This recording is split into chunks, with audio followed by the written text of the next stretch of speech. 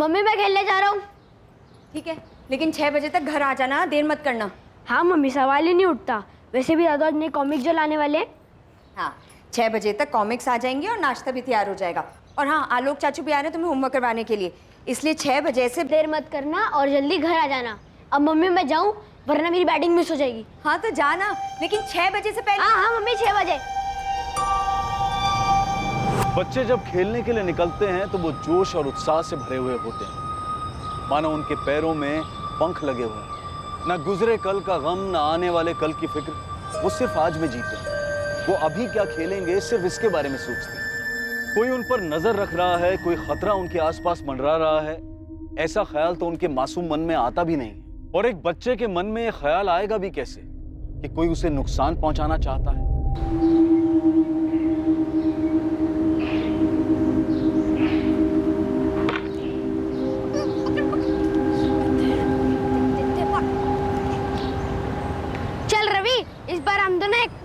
नहीं यार गोलू, मुझे जाना है। अरे बाप रे, 6:15 हो गए। चल यार मैं चलता हूँ। अरे अभी शाम होने में टाइम है रवि, चल एक और एक मैच खेल लेते ना। हाँ यार, हम लोग रोज तो 7 बजे तक खेलते हैं। नहीं यार, आदमी को जाना है। मम्मी को बोल देते थे 6 बजे तक आऊंगा, अभी 6:15 हो गए। चल यार मैं चलता हूँ। गोलू तो मेरा बैट ले जाना। अपनी माँ से किए वादे के अनुसार रवि 6:15 बजे ही खेलना छोड़कर घर के लिए निकल गया था। खेल का मैदान रवि के घर से सिर्फ 10 मिनट की दूरी पर था, लेकिन 16 जून 2018 की उस शाम रवि घर पहुंचा ही नहीं। दादाजी आधा घंटा तो हो गया रवि को यहाँ से गए, और हमसे तो रवि ने ये कहा था कि घर जा रहा हूँ। क्यों पंकज? हाँ कह रहा था, मम्मी ने 6 बजे तक आ जाने को कहा है। रवि अभी तक घर नहीं लौटा, कहाँ जा सकता है?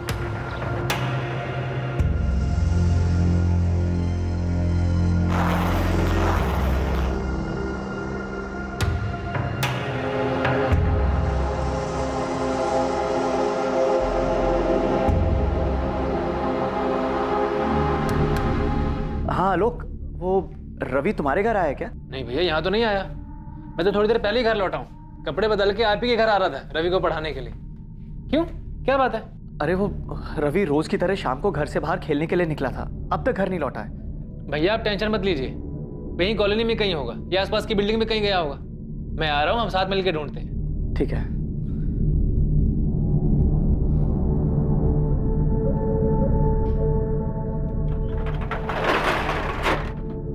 हाँ सागर भैया, हम निकल रहे हैं अभी। आसपास की सभी बिल्डिंगों में ढूंढेंगे। रवि बाबा जरूर अपनी धुनकी में किसी पड़ोस के घर में चले गए होंगे। हम ढूंढ के लेकर आते हैं आपके पास, आप परेशान मत होइए।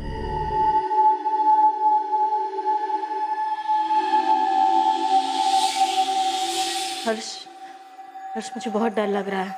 रिया डरो मत। ऐसे कैसे नहीं डरूं? अगर तुम चले गए और सागर भैया ने आके मुझसे कुछ पूछ लिया तो मैं क्या बोलूंगी? रिया, कोई तुमसे कुछ नहीं पूछेगा, घबराओ मत। और सुनो, मैं तुम्हें फोन करूंगा, तुम मत करना।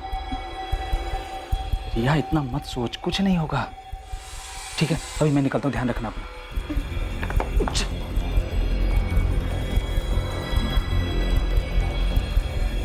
मैं जा रहा हूँ। अरे रे सुनिए, कहाँ जा रहे हैं आप? अरे तुमने सुना तो सही, वहां नीचे 202 में रवि मिल नहीं रहा है। जाके देखना तो चाहिए। सागर और विद्या बेचारे वहां पे उन पे तरस खाने जाएंगे ना तो उल्टा वो हम पे बरसेंगे। रहने दीजिए आप। देखो सुमन, ऐसा कुछ नहीं होगा। बात को समझो, तुम्हारे बच्चा नहीं मिल रहा है उनका, मुसीबत में हो। मुसीबत में हम आ जाएंगे, सीधा शक हम पे जाएगा। आप कहीं जाने की जरूरत नहीं। सुमन। चाचा जी, भाभी, आप दोनों टेंशन मत लीजिए, रवि को हम ढूंढ निकालेंगे। सागर भैया, चल के मैदान के आसपास की बिल्डिंग्स में देखते हैं, रवि यहीं कहीं होगा। चलो।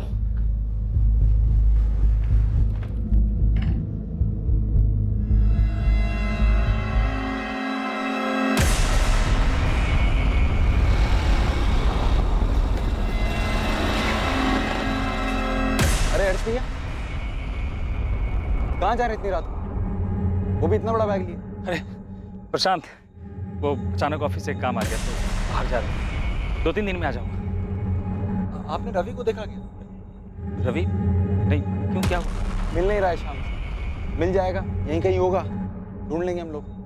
चलिए।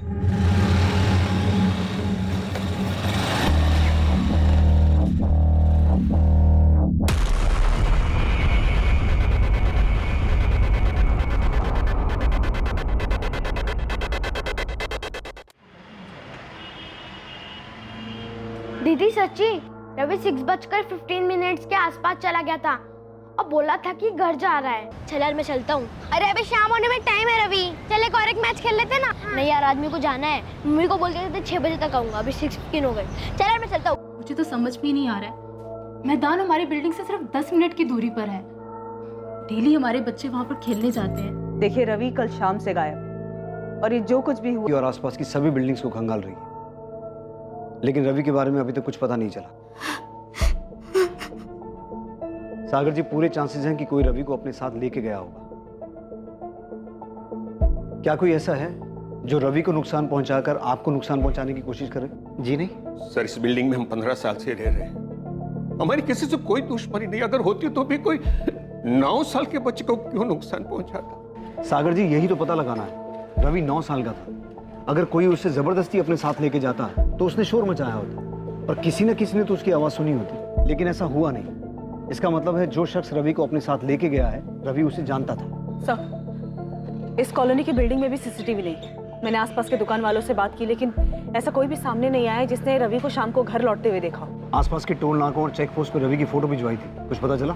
नहीं सर, लेकिन हमारी टीम अलर्ट है, सभी गाड़ियों को चेक कर रही है। सर मुझे भी ऐसा लगता है कि रवि को लेके जाने वाला जरूर कोई जान पहचान वाला ही है। तो सोचो आलोक, कौन हो सकता है जिसके साथ रवि बिना शोर मचाए आसानी से जा सकता है? सर यही तो समझ में नहीं आ रहा है। और सर मुझे लगता है कि शायद फिरौती के लिए भी कॉल आएगा। तो तुम्हें लगता है कि रवि को फिरौती के लिए अगवा किया गया है? ऐसा हो सकता है सर, श्योर नहीं है। सागर जी जरा याद कीजिए, ऐसा कौन कर सकता है? ऐसा कौन करेगा मैडम, और क्यों करेगा? प्रशांत, रिश्तेदारों में तो मुझे ऐसा कोई याद नहीं आ रहा है इसका सागर भैया या चाचा जी के साथ मनमुटाव हुआ हो। क्या दुकान में कभी कोई ऐसी बात हुई थी? किसी सप्लायर या किसी कस्टमर से किसी भी बात को लेकर तू मैं हुई हो? नहीं आलोक भैया। सर, सागर और आलोक कल रात को 9:30 बजे रवि की मिसिंग कंप्लेंट लिखवाने आए और हमारी टीम रात को 10 बजे से इस पूरी सोसाइटी में उसे ढूंढने में लगी हुई है। रवि 6:15 बजे ग्राउंड से खेलने के बाद घर के लिए निकला और उसे घर पहुंचने से पहले ही अगवा कर लिया गया होगा।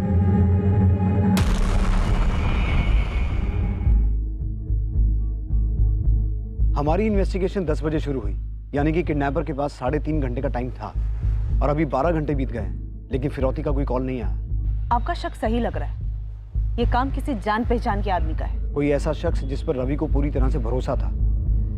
ये किडनैपिंग किसी निजी दुश्मनी का बदला निकालने के लिए की गई है। रवि के माँ बाप से संदिग्धों के नाम निकलवाने पड़ेंगे। रवि के परिवार की कभी ना कभी किसी के साथ कोई रंजिश जरूर रही होगी। 9 साल के बच्चे का इस तरह से गायब हो जाना, ये जरूर किसी गहरी नफरत का ही नतीजा हो सकता है। क्या ये नफरत रवि के माँ बाप से थी या फिर खुद 9 साल के मासूम रवि से? क्या वजह थी इस नफरत की जिसकी कीमत रवि को चुकानी पड़ रही थी? सवालों का सिलसिला तो अभी शुरू ही हुआ था। सागर, 2 दिन हो चुके हैं, तुम्हारा और तुम्हारी पत्नी का फोन टैप हो रहा है, फिरौती का कोई कॉल नहीं आया अभी तक। देखो, मैं अपने तजुर्बे से बोल रहा हूँ, ये किडनैपिंग का केस नहीं है, बात कुछ और है। हम नहीं जानते सर, सच में नहीं जानते।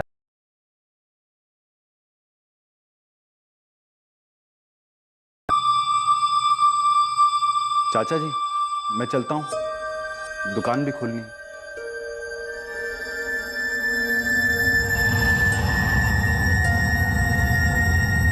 सर, उस मालती विहार कॉलोनी के आसपास के सारे ऑटो रिक्शा छान मारे, सभी दुकानों में भी देखा, पर कहीं कोई लीड नहीं मिल रहा।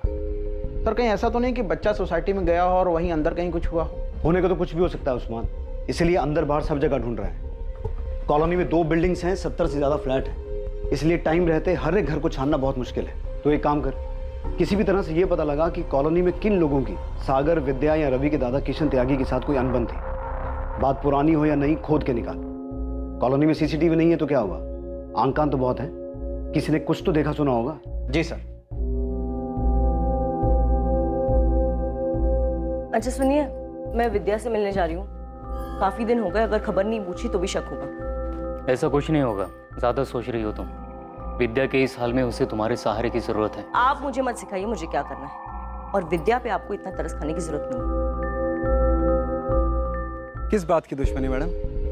सागर जी तो काफी सीधे साधे व्यापारी हैं, किसी कस्टमर से तो क्या, पिछले 5 साल की नौकरी में उन्होंने मुझसे ऊंची आवाज में बात नहीं करी। अगर सबसे प्यार ही था तो रवि गायब कैसे हो गया? अच्छा ये बताओ, सागर के कोई भाई बहन या उनकी पत्नी विद्या के कोई भाई बहन जिनके साथ जमीन को लेकर कोई लफड़ा या अनबन? ऐसा कुछ सुना है तुमने? रवि बाबा की तरह सागर जी भी अपने पिता की इकलौती औलाद है। विद्या भाभी का पता नहीं मेरे को, पर ऐसा सुना नहीं मैंने कुछ। अच्छा, ये दुकान के अलावा भी कोई बिजनेस है सागर का? बिजनेस नहीं मैडम, किराए पे घर दे रखे हैं। एक अपना घर है, उसके अलावा एक फ्लैट है और 2 घर और हैं। तीनों यहीं पर ही हैं, मालती विहार में। उनमें से 2 किराए पे चढ़ा रखे हैं उन्होंने। कौन कौन है किराएदार? एक तो यहीं रहते हैं 4थे माले पर, अभी अभी शादी हुई है उनकी, रिया यादव और हर्ष यादव। और दूसरे किराएदार? ममता पांडे, वो विधवा हैं, 2 साल से अपने बेटे पंकज के साथ रहती है। ये पंकज पांडे वही है ना जो उस दिन शाम को रवि के साथ खेल रहा था? हाँ मैडम। और वो तीसरा घर, वो खाली हो, किराए पे नहीं चढ़ा है? वो किराए पे नहीं है, वहाँ तो आलोक भैया रहते हैं। आलोक भैया सागर जी के दूर के रिश्तेदार हैं, चचेरे भाई हैं। वो उनसे किराया नहीं लेते, वो रवि को ट्यूशन भी पढ़ाते हैं और वो काफ़ी परेशान भी है रवि को लेकर। सर एक्चुअली आपको एक घर की तलाशी जरूर लेनी चाहिए, पता नहीं मेरे ध्यान से कैसे निकल गया। किसका घर? अरे मैडम, क्या कर रही हैं आप बिल्कुल सही नहीं कर रही हैं। सुमन शांत हो जाओ, ये लोग अपना काम कर रहे हैं। हाँ देख रही हूँ इनका काम, पूरी सोसाइटी के सामने हमें जलील कर रहे हैं ये लोग। कुछ नहीं मिला। नहीं मिला ना रवि, ना उसके कपड़े मिले, मतलब गलत थी ना आपकी खबर। अब बताइए किसने दिया था हमारा नाम? सुमन जी, नंदन जी, आप लोग को तकलीफ हुई उसके लिए हम सोचते। नहीं नहीं, मैं जानती हूँ आपको मुझ पे शक क्यों हुआ है, क्योंकि मेरी औलाद नहीं है ना, मेरे बच्चे नहीं हो सकते, इसलिए आपको लगा कि ऐसा कुछ नहीं है। ऐसा ही है, जिस औरत के बच्चे नहीं होते वो दूसरों के बच्चे चुरा लेती है, ऐसा ही लगता है ना। सुमन जी, हमारे पास ठोस वजह थी, आपका और विद्या का झगड़ा हुआ था और आपने विद्या को धमकी भी दी। विद्या, तुझे कितनी बार बोला है कि सुबह के टाइम पे मोटर मत इस्तेमाल किया कर, सारा काम मेरे घर पे धरा का धरा रह जाता है, पानी नहीं भर पाया घर में। दीदी मैं कितनी बार कहूँ कि मैंने मोटर चालू नहीं की है, आज पानी जल्दी चला गया तो इसमें मैं क्या कर सकती हूँ? देख विद्या, झूठ मत बोल वरना देख लेना मैं क्या करूंगी। अरे सुमन छोड़ ना, क्यों जब देखो सबसे झगड़ा करती रहती है। अरे वाह विद्या, तूने तो सुधा को भी अपनी साइड में कर लिया, बड़ी चालाक निकली तू तो। दीदी मुझे आपसे बहस नहीं करनी है, आपके पास तो कोई काम है नहीं, तो आप फुर्सत में लड़ाई कर सकती है, पर मेरे पास बहुत काम है। मुझे रवि को स्कूल के लिए तैयार करना है, उसका नाश्ता बनाना है, तो आप प्लीज जाइए यहाँ से। एक सेकंड, मतलब कहना क्या चाहती है तू? हाँ, मेरी औलाद नहीं है इसलिए मैं झगड़ा कर रही हूँ? नहीं सुमन, विद्या ने ऐसा कुछ नहीं कहा है, तू चल। हाँ हो भी सकता है, शायद इसीलिए इतना गुस्सा भरा है आपके अंदर। बेटे की माँ होने का इतना घमंड मत कर विद्या, वरना किसी दिन ना तुझे बहुत पछताना पड़ेगा। हाँ मैंने ऐसा कहा था क्योंकि मैं गुस्से में थी, विद्या ने मुझे ताना मारा था और वो भी सुधा के सामने। मैडम वो बात उसी दिन खत्म हो गई थी, मामूली सा झगड़ा था वो। सर कोई मामूली झगड़ा नहीं था वो, जहाँ तक मुझे याद है विद्या भाभी उस झगड़े के क्या कर रही है? स्कूल के लिए लेट हो रहा, जाने दो, आलू चाचू आ गए। अच्छा अच्छा अच्छा, लेट हो जाएगा। अभी चुप करके बैठ पहले। ये क्या कर रही हो मम्मी? कोई नहीं मैजिक ट्रिक सीखी जिससे मैं गायब हो जाऊंगा। ऐसा नहीं बोलते। रवि जल्दी कर, लेट हो रहे। चाचू बचा लो। रवि भाभी क्या हुआ, नजर क्यों उतार रहे हमारे हीरो की? नहीं बस ऐसे ही, ताकि किसी की बुरी नजर ना लगे इसे। हमारे हीरो को किसकी नजर लगेगी? हा? मैं हूं ना इसके साथ, अब खामखा टेंशन ले रही है। Bye mummy. बाय।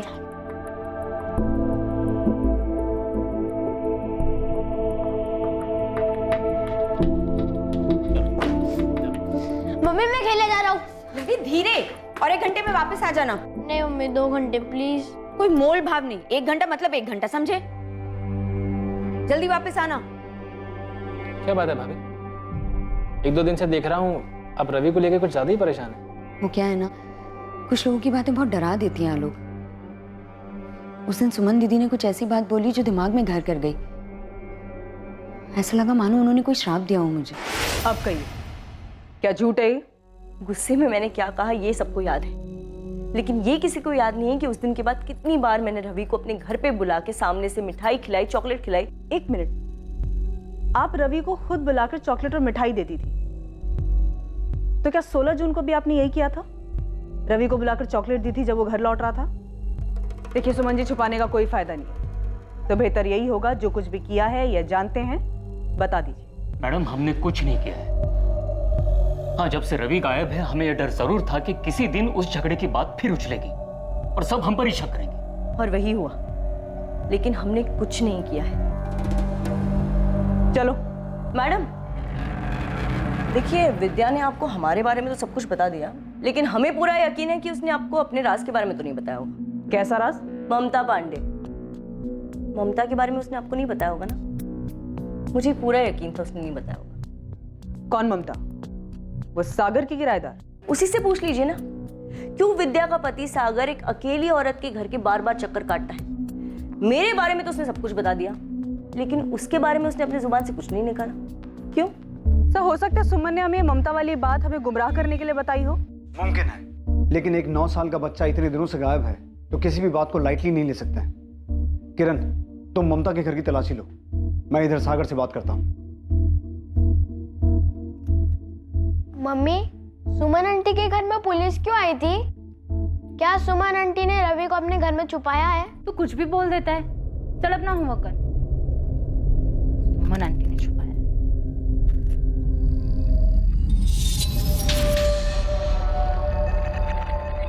गोलू, उस दिन जब तू रवि के साथ खेल रहा था तो क्या सुमन आंटी वहां से गुजरी थी? पता नहीं मम्मी, मेरा ध्यान नहीं गया।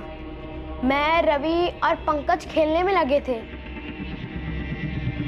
शायद पंकज ने कुछ देखा हो।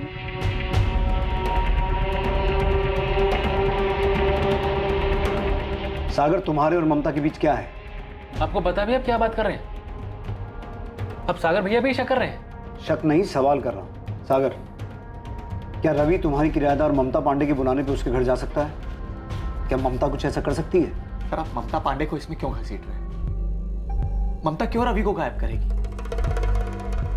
हाँ, ये सच है कि मैं ममता से मिलने अक्सर उसके घर जाता हूँ, लेकिन जैसा आप सोच रहे हैं वैसा नहीं है। तो फिर कैसा है? सर, 3 साल पहले ममता पांडे के पति की डेथ हो गई थी। तब से वो बेचारी अकेले अपने बेटे पंकज की परवरिश कर रही है। मैं कभी कभी पैसों से थोड़ी बहुत उसकी मदद कर देता हूँ, उसके बेटे के साथ खेल लेता हूँ इंसानियत के नाते, बस। तुम्हारी पत्नी विद्या को तुम्हारी इस इंसानियत के बारे में पता है? जी हाँ, विद्या जानती है कि ममता हमारी किराएदार है। सागर, मेरा सवाल ध्यान से सुनो। तुम जो ममता पांडे से बार बार मिलते हो, उसे पैसे देते हो, इस बारे में तुम्हारी पत्नी विद्या को पता है?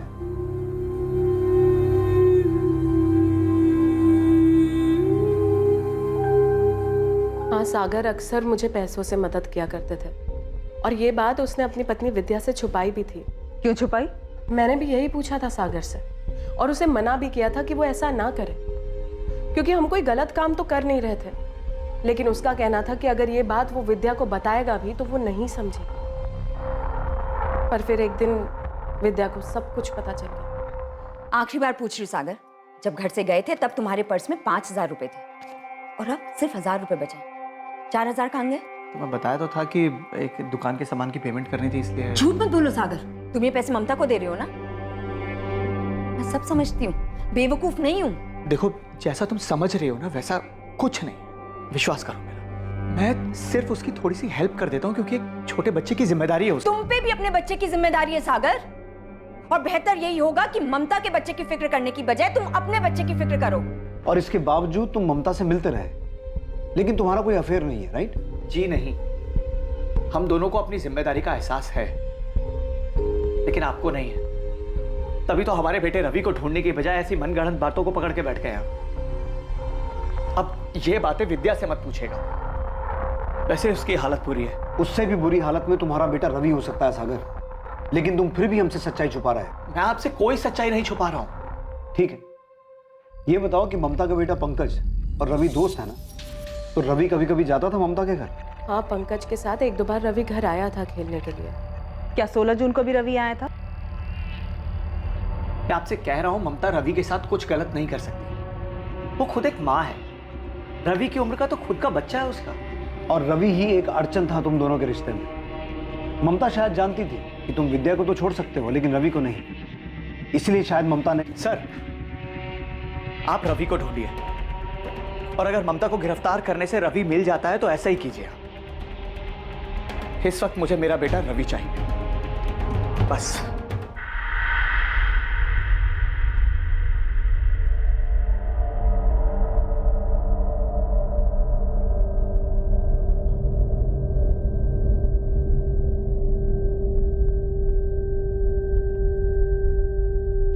Hands up. मम्मी ने आपको कहा था ना कि ये लड्डू नानी के घर ले जाने के लिए बनाया है, तो फिर क्यों खाए? अभी उन्हें बताता हूँ। मम्मी चुप कर, मम्मी के मैसेंजर। चुप, मम्मी को कुछ नहीं बताएगा तू, ओके? ठीक है, पर उसकी फीस लगेगी। क्या चाहिए तुझे? 1 पेस्ट्री, 2 चॉकलेट, और फिर आपका राज राज रहेगा। अच्छा बेटे, तेरे को पता है ना रिश्वत मांगना बुरी बात होती है। और पापा, आप भी जानते हो ना क्या मम्मी से जो ये सब छुपा रहे हो वो सब भी बुरी बात है?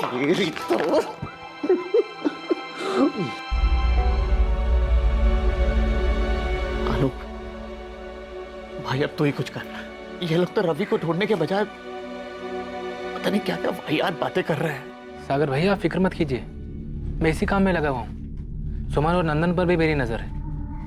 आप बस भाभी और चाचा जी का ध्यान रखिए। रवि को मैं हर हाल में ढूंढ निकालूंगा। सर, ये ममता काफी स्ट्रेट फॉरवर्ड औरत लगी। कॉलोनी के ही कुछ बच्चों को ट्यूशन पढ़ाती है, बिना झिझक के साफ साफ बात कर रही थी। लग नहीं रहा था कि कुछ छुपा रही है। तुमने ममता के बेटे पंकज से रवि के बारे में बात की? रवि उस दिन उसी के साथ खेल रहा था। यस सर, जब मैंने पंकज से रवि के बारे में पूछा तो लग नहीं रहा था कि वो कुछ रटा रटाए बोल रहा है। वैसे भी मैंने ममता के कॉल रिकॉर्ड्स मंगवाए हैं सर। 16 जून की शाम को ममता कहाँ क्या कर रही थी ये भी हम पता लगवा रहे हैं। इस केस की नब्ज हाथ नहीं लग रही है।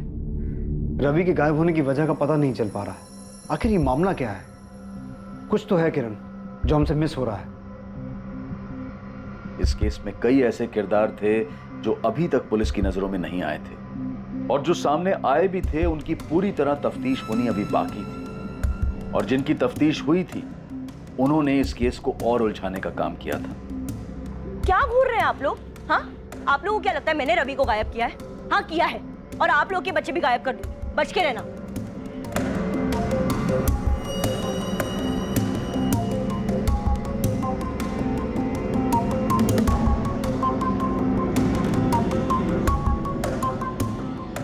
रवि के गायब होने से पूरे इलाके में डर का माहौल था, लेकिन सबसे बड़ी मुश्किल की घड़ी रवि के परिवार वालों के लिए थी।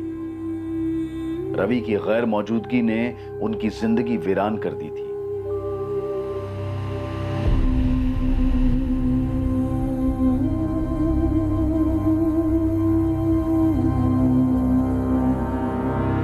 विद्या, आलोक भी ढूंढ रहा है हमारे रवि को। बहुत जल्दी मिल जाएगा हमारा रवि। वो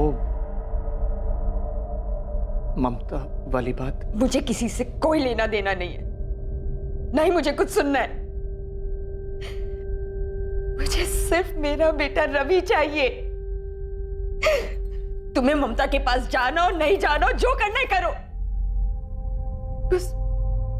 बस मुझे मेरा बेटा रवि ला दो।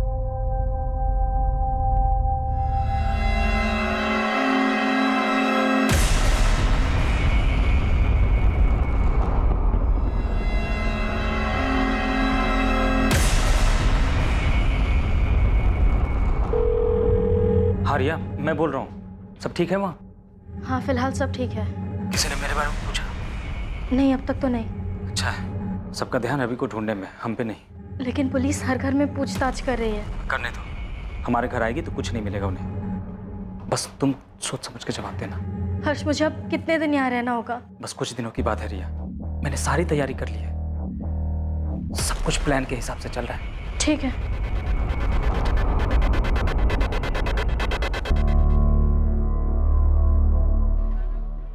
हाँ ममता, रवि का कुछ पता चला? नहीं, पुलिस ढूंढ रही है उसे। आलोक भी कोशिश कर रहा है। पुलिस मुझसे हमारे बारे में पूछ रही थी। मुझसे भी। सागर, मैं जानती हूँ तुम इस वक्त बहुत परेशान हो, लेकिन तुम हिम्मत मत हारना। देखना सब ठीक हो जाएगा। तुम्हें अगर कभी भी मेरी ज़रूरत महसूस हो और बात करने का मन हो तो मुझसे मिलने घर आ जाना। ममता, अब मैं नहीं आऊँ।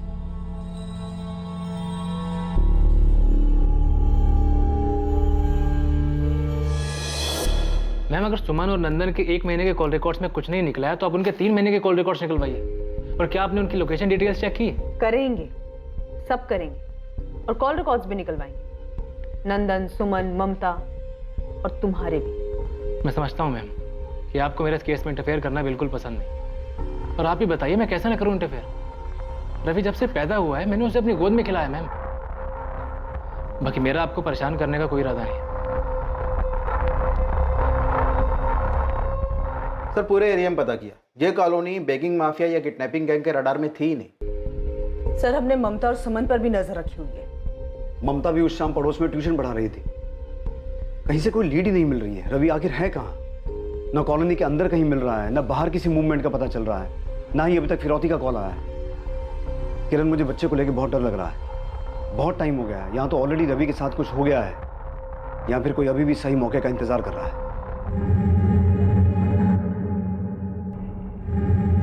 विद्या, सुमन दीदी, मेरे रवि को वापस कर दीजिए। मैं जानती हूँ कि मुझसे बहुत बड़ी गलती हुई है।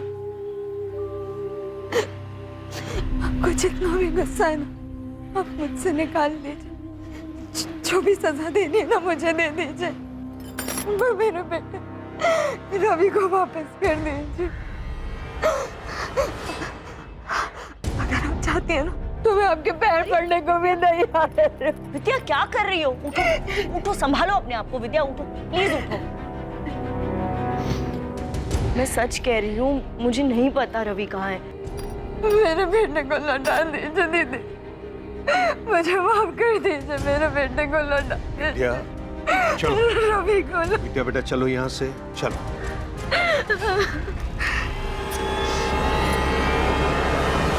सर, रवि जिस मैदान में खेल रहा था, उस मैदान के आसपास 3 बिल्डिंग में मैंने तलाशी ली। ये प्रोसीजर काफी लंबा है सर, और कॉलोनी के काफी लोग नाराज भी हो रहे हैं। लेकिन हमारे पास इसके अलावा कोई ऑप्शन नहीं है। तो वो सागर का कजन ब्रदर वो दोबारा आया था। तो सागर से ज्यादा तो आलोक उतावला रहता है, अपने आइडियाज देता रहता है अलग से। मुझे आलोक पे भी शक होता है। आलोक की बैकग्राउंड डिटेल सामने आई? से इन्फॉर्मर्स लगे हुए हैं। फिलहाल इतना पता चल पाया है कि सागर का चचेरा भाई है आलोक, रवि को ट्यूशन पढ़ाता था। और सर, डायरेक्टली पूछना बनता नहीं है, क्योंकि अगर उसकी इसमें इन्वॉल्वमेंट है तो वो अलर्ट हो जाएगा। काफी स्मार्ट बनता है सर। सागर और विद्या से जुड़े हर इंसान पर फिर से स्पॉट डालो, शुरू से। ना तो किडनैपिंग सामने आ रही है, ना ही किसी दुश्मनी के बारे में पता चल रहा है। आखिर रवि के गायब होने के पीछे का मकसद क्या हो सकता है?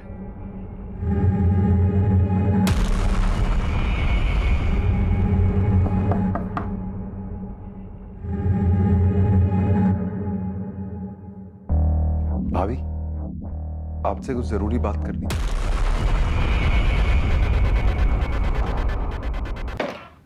सर, 1 हफ्ते के ऊपर हो गया है, आप लोग मेरे बेटे रवि को ढूंढने के बजाय यहाँ पर बैठकर हमारे कॉल रिकॉर्ड छान रहे हैं। सागर, हम पूरी कोशिश कर रहे हैं, लेकिन इस बारे में हमें कुछ इन्फॉर्मेशन तुमसे भी चाहिए। ठीक है इंस्पेक्टर, मैं अब फाइनली आपको बता ही देता हूँ। और बताना क्या है, आपको ले चल के दिखा देता हूँ ना वो जगह जहां पर मेरे बेटे रवि को अगवा करके रखा गया था।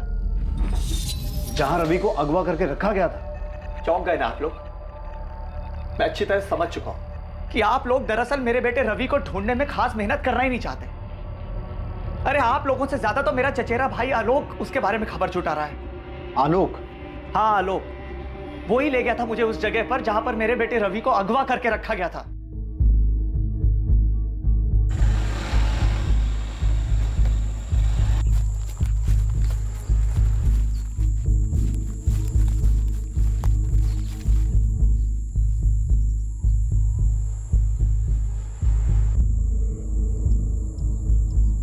आलोक, यहाँ तो कोई भी नहीं है। तुमने तो कहा था रवि यहीं पे। रवि यहीं था सागर भैया, उन लोगों ने अपना ठिकाना बदल लिया। हमारा रवि अकेला ऐसी जगह पर? आलोक, कहाँ होगा रवि? कब मिलेगा हमें? भैया आप टेंशन मत लीजिए, मैं जल्दी ढूंढ निकालूंगा उसे, मिल जाएगा वो। मेरे आदमी इसी काम में लगे हुए। आलोक के लोग? कौन से लोग? उसे कैसे पता उस जगह के बारे में? उसके इन्फॉर्मर्स के जरिए। आलोक के इन्फॉर्मर्स? जी, आलोक आईबी में ऑफिसर है। आलोक इंटेलिजेंस ब्यूरो में है? पुलिस के लिए यह एक चौंका देने वाला खुलासा था। यही नहीं, एक हद तक पुलिस के लिए शर्मिंदगी की बात भी थी, क्योंकि दूसरे डिपार्टमेंट का एक ऑफिसर इन्वेस्टिगेशन में उनसे आगे था। देखिए, मैंने कहा ना, हम आपका सारा किराया चुका देंगे। कहीं भागे तो नहीं जा रहे हैं ना? आप प्लीज बस थोड़े दिन रुक जाइए। दिन नहीं, महीनों से रुके हुए, और कितना रुकेंगे। देखिए रिया भाभी, आप लोगों की ना किस्मत बहुत अच्छी है। जब से रवि बाबा गुम हुए हैं ना, सागर जी का काम पे बिल्कुल ध्यान नहीं है। नहीं तो अभी तक तो आप और हर्ष भाई। वैसे हर्ष भाई कब आ रहे हैं? वो जल्दी आ जाएंगे। देखिए, आप सब्र रखिए प्लीज। अच्छा प्रशांत भैया, अब मैं रखती हूँ, घर का बहुत सारा काम बाकी है। I'm sorry सर, मैंने आपसे अपनी आइडेंटिटी छुपाई। पर आप समझ सकते हैं, हमारी लाइन के काम में कुछ बातें कॉन्फिडेंशियल रखनी पड़ती। लेकिन आलोक, तुम्हें उस जगह के बारे में कैसे पता चला? जहाँ रवि को अगवा करके रखा गया था? I am sorry sir, actually ऐसी कोई जगह है ही नहीं। मतलब? सर ये सच है कि मेरे आईबी डिपार्टमेंट के खबरी इस केस में लगे हुए हैं, पर ये किडनैपिंग की जगह मैंने सागर भैया को तसल्ली देने के लिए क्रिएट की थी। मैं कुछ समझा नहीं। सर सागर भैया हिम्मत हार चुके थे, उन्हें लग रहा था कि रवि जिंदा ही नहीं है। वो टूट जाते तो भाभी और चाचा जी का क्या होता। उनकी उम्मीद को जिंदा रखने के लिए मैंने ऐसे किया सर। लेकिन आलोक इससे एक मिनट सर। हाँ बोलो, पक्की बात है? ठीक है, बाद में बात करता हूँ। सर मेरे डिपार्टमेंट के खबरी ने अभी अभी एक बहुत तगड़ी लीड दी है। पहले मुझे लग रहा था कि ये काम किसी करीब के आदमी का है, पर ऐसा है नहीं। बात कुछ और ही है। साफ साफ बोलो। चुका हूँ और आप लोग भी। सिर्फ यही एक एंगल है जो हमने टच नहीं किया। सर मेरे खबरी का कहना है कि मालती विहार कॉलोनी के कुछ परिवार हैं जो बलि में विश्वास करते हैं। कौन? नाम नहीं पता सर। ये खबर मेरे खबरी के पास बहुत घूम घूम कर आई, लेकिन अपने तजुर्बे से इतना जरूर कह सकता हूँ कि इतने सालों में इस खबरी की कोई भी खबर गलत साबित नहीं हुई है। नरबली? तुम्हारे परिवार में से ही किसी का दोष है। उसी दोष का प्रकोप तुम्हारे रवि पर हावी हो रहा है।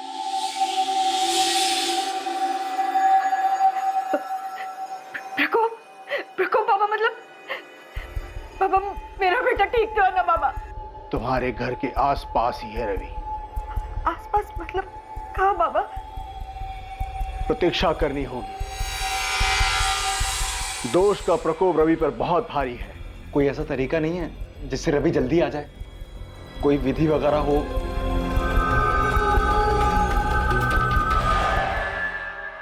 नरबली, ये टिप किसने दी मैडम? तूने नहीं, तेरा काम था। तुझसे ज्यादा वो आईबी वाले की खबरी इंफॉर्मेशन ला रहे हैं। सॉरी मैडम, पर कसम से मैंने अपने काम में कोई डील नहीं की है। वैसे ये नरबली वाली खबर सच तो है ना? उस्मान, तू अपना काम कर, समझा? दूसरे काम में नुस्ख मत निकाल। देख तू अपने लेवल पे पता कर कि कॉलोनी में ऐसे कौन कौन से लोग हैं जो नरबली में विश्वास रखते हैं। जी। सब ये यूपी में सभी नरबली चढ़ाने वाले तांत्रिकों की फाइल है। इनमें से ज्यादातर जेल में है। बात की इनसे?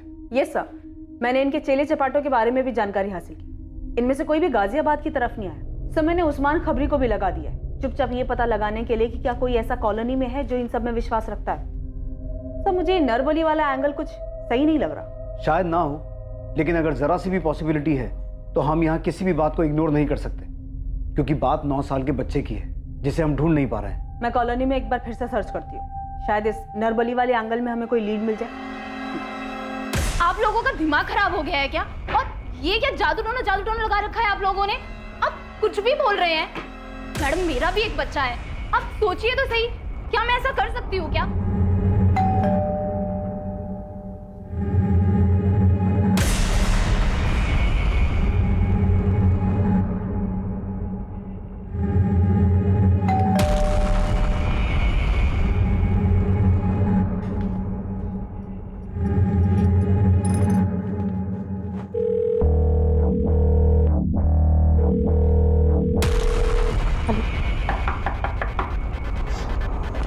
जी क्या हुआ?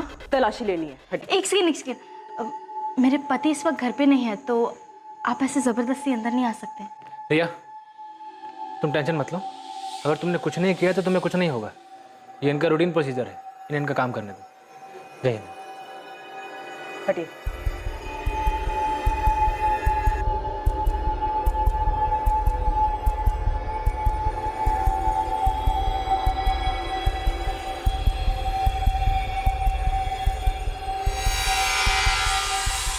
मैम, यहाँ पे कुछ नहीं मिला।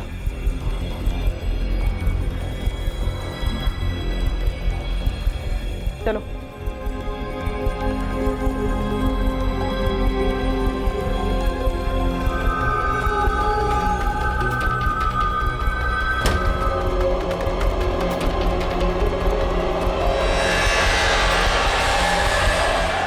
ये क्या कर रहे हैं आप लोग? हाँ, क्या कर रहे हैं आप लोग?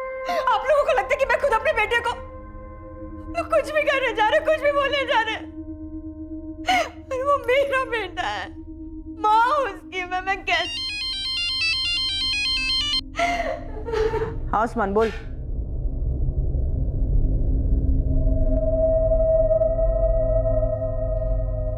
आप खुद बाबा के पास गई थी या कोई लेके गया था? हाँ सर, सच है ये। मैं ले गया था विद्या भाभी को बाबा जी के पास, क्योंकि परेशान थी हूँ बहुत ज्यादा। काला जादू और बलि चढ़ाकर तेरे बाबा परेशानी दूर करते हैं? ये क्या कह रहे हैं आप? मैं बाबा जी में विश्वास रखता हूँ, लेकिन ये काला जादू और बलि वली से मेरा कोई लेन देन नहीं है। मैं तो इसलिए ले गया था विद्या भाभी को ताकि उनको मन की शांति मिले। लेकिन अगर तू अपनी शांति चाहता है तो सच बोल,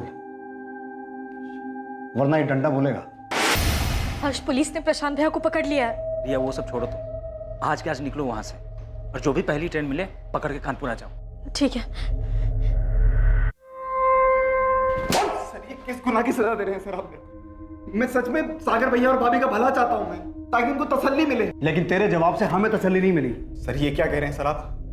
मैं सच में उस दिन रवि को ढूंढ रहा था, पैंतरा नहीं है ये कोई।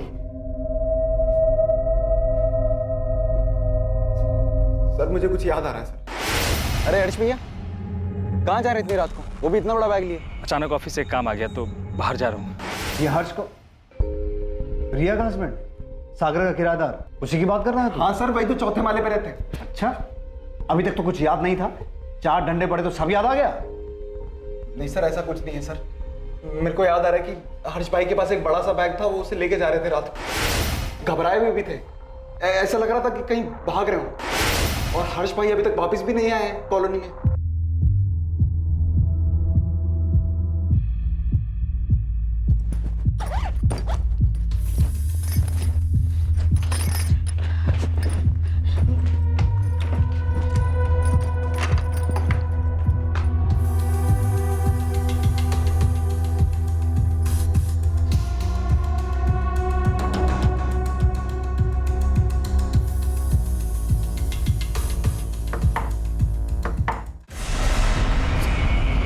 अच्छे से देखो। सर ये आप लोग क्या कर रहे हैं? सर मैंने कुछ नहीं किया है। कुछ नहीं किया? गलती हो गई, मैं सागर भैया को धोखा नहीं देना चाहता।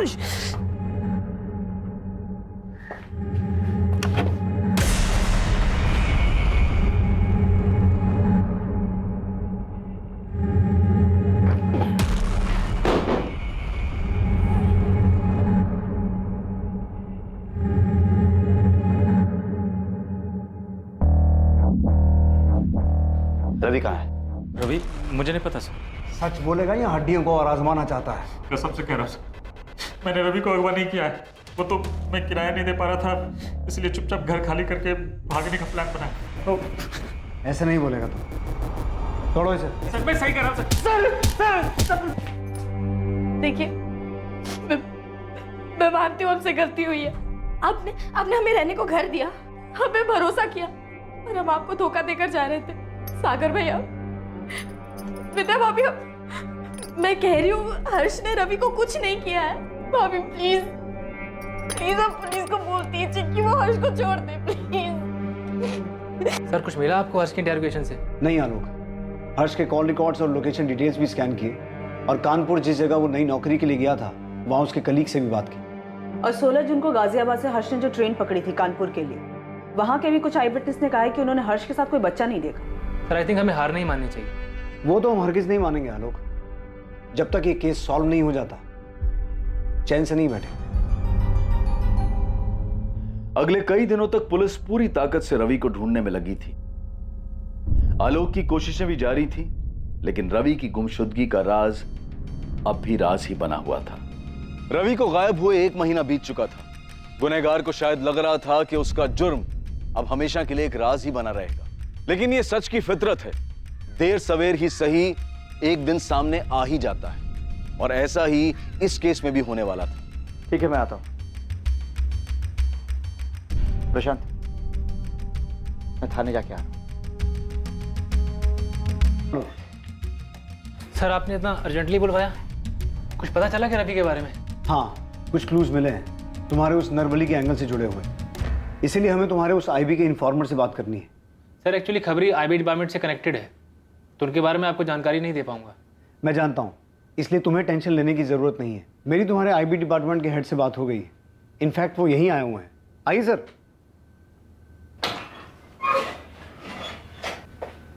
ये हैं तुम्हारे आईबी डिपार्टमेंट के हेड मिस्टर कैलाश चौहान। कैसे आलोक?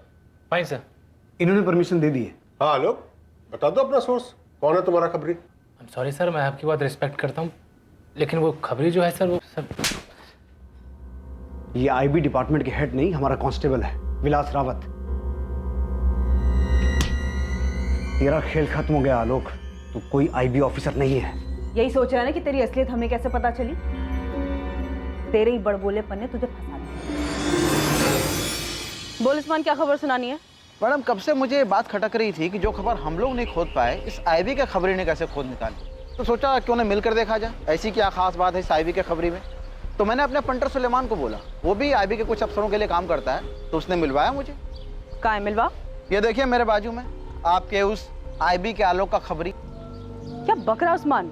सच बक रहा हूँ मैडम, ना कोई खबरी है और ना ही आलोक नाम का कोई अफसर है आईबी में। रवि मेरा एक राज जान गया था, इसलिए मुझे ऐसा करना पड़ा। रवि,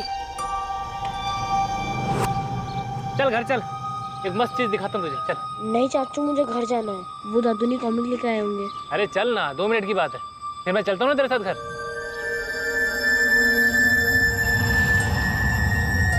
चले?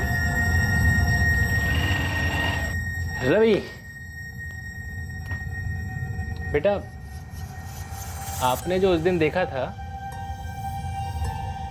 उस बारे में आपने किसी को बताया तो नहीं ना? शाबाश। आप एक वादा करेंगे कि वो राज हमेशा आपके और मेरे बीच रहेगा? प्रॉमिस? कौन सा राज? क्या जान गया था?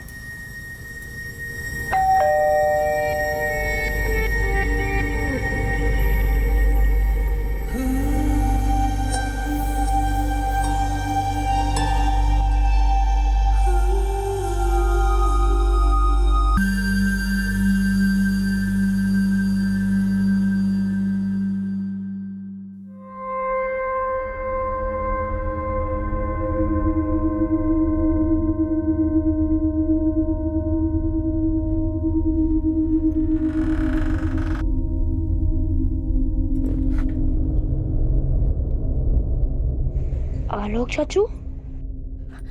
रवि, तुम अंदर कैसे आ गए? रवि, रवि? रवि, रिया तुम पागल हो, ऐसे क्यों चला रही थी? रिया, मैं घबरा गई थी, इसने किसी को बता दिया तो। मैं देखता हूँ, डोंट वरी। आलोक जल्दी जाओ प्लीज। रवि,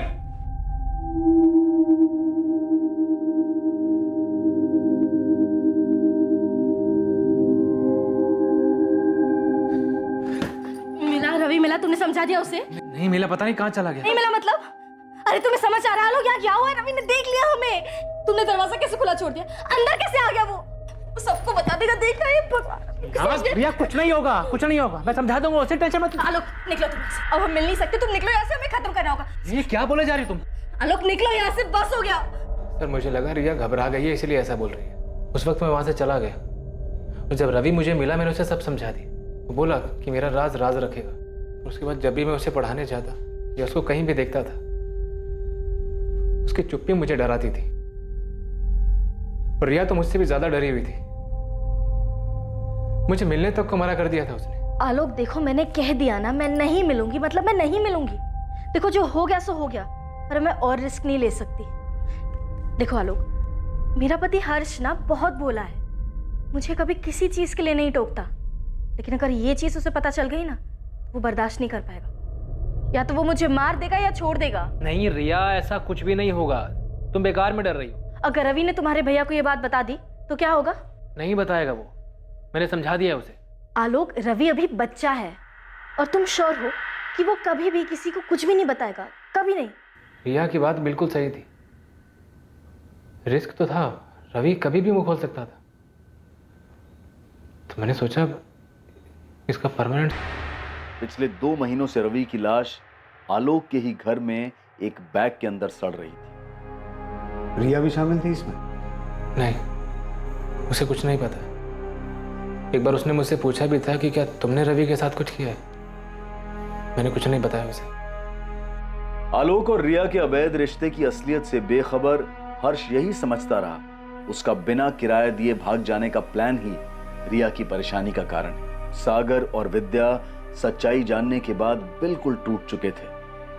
कोई सोच भी नहीं सकता था कि आलोक जो रवि को अपने बेटे जैसा मानता था, उसी ने रवि की निर्मम हत्या की थी।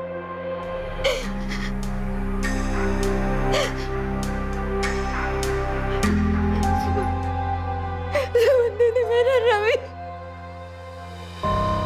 मेरा रवि। इतने लंबे समय तक रवि की लाश आलोक के घर में ही थी, लेकिन आस पड़ोस वालों को पता भी नहीं चला। आलोक से पूछने पर उसने बताया कि वो लाश पर लगातार इत्र छिड़कता रहा ताकि आसपास के लोगों को लाश की बदबू ना आए। अगर रिया और आलोक के रिश्ते का सच सबके सामने आ जाता तो ज्यादा से ज्यादा क्या होता, उनकी निजी जिंदगी और रिश्तों में तनाव पैदा हो जाता। जाहिर है कि उनके सगे संबंधियों को यह सच जानकर ठेस पहुंचती, लेकिन वक्त के साथ ये दौर भी गुजर जाता। लेकिन सिर्फ इस सच को छुपाने के लिए एक मासूम बच्चे की हत्या कर दी गई। रवि की जान के सामने इन दोनों का सच और डर बहुत ही महत्वहीन था, पर दुर्भाग्यवश बेकसूर होते हुए भी इस राज की कीमत रवि को अपनी जान गंवाकर चुकानी पड़ी। अब मैं अनूप सोनी आपसे विदा लेता हूं। फिर मुलाकात होगी एक और नए केस के साथ कल रात 11 बजे। और याद रखें, क्राइम और आपके बीच में सिर्फ इतना फर्क है कि आप कितने सतर्क हैं। सतर्क रहें, सुरक्षित रहें।